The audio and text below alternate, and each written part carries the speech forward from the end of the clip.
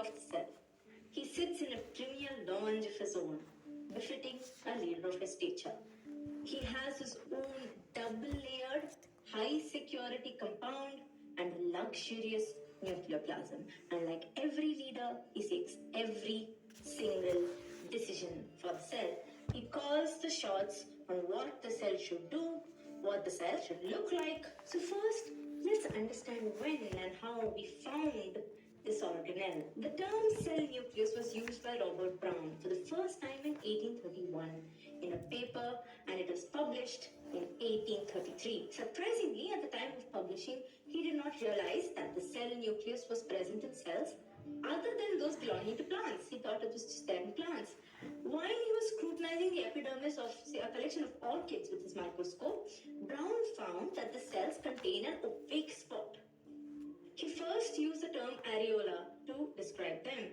So these were also seen by other scientists before, but they probably thought it was insignificant. But Brown was not to ignore this specific observation, and he further noted that this spot is not only limited to the epidermis, it could also be observed during the early stage of pollen formation. So he saw and he felt that this spot is important. It's an important component of cells, and he called it nucleus, a term which is used even today.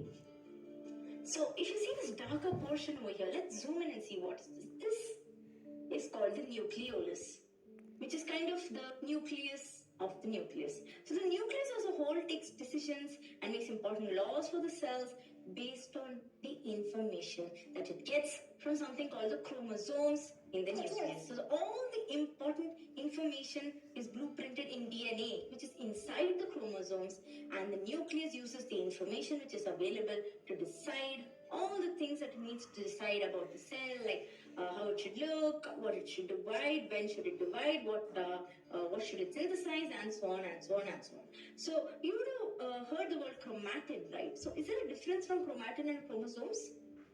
There is. When the cell is resting, by resting I don't mean taking a nap, I mean that when the cell is not dividing, the genetic material, which is DNA, is condensed into thick thread-like structures called chromatin, and only when the cell is in full action division mode, the chromatin bucks up, becomes more condensed, and turns into thick structures which are called chromosomes.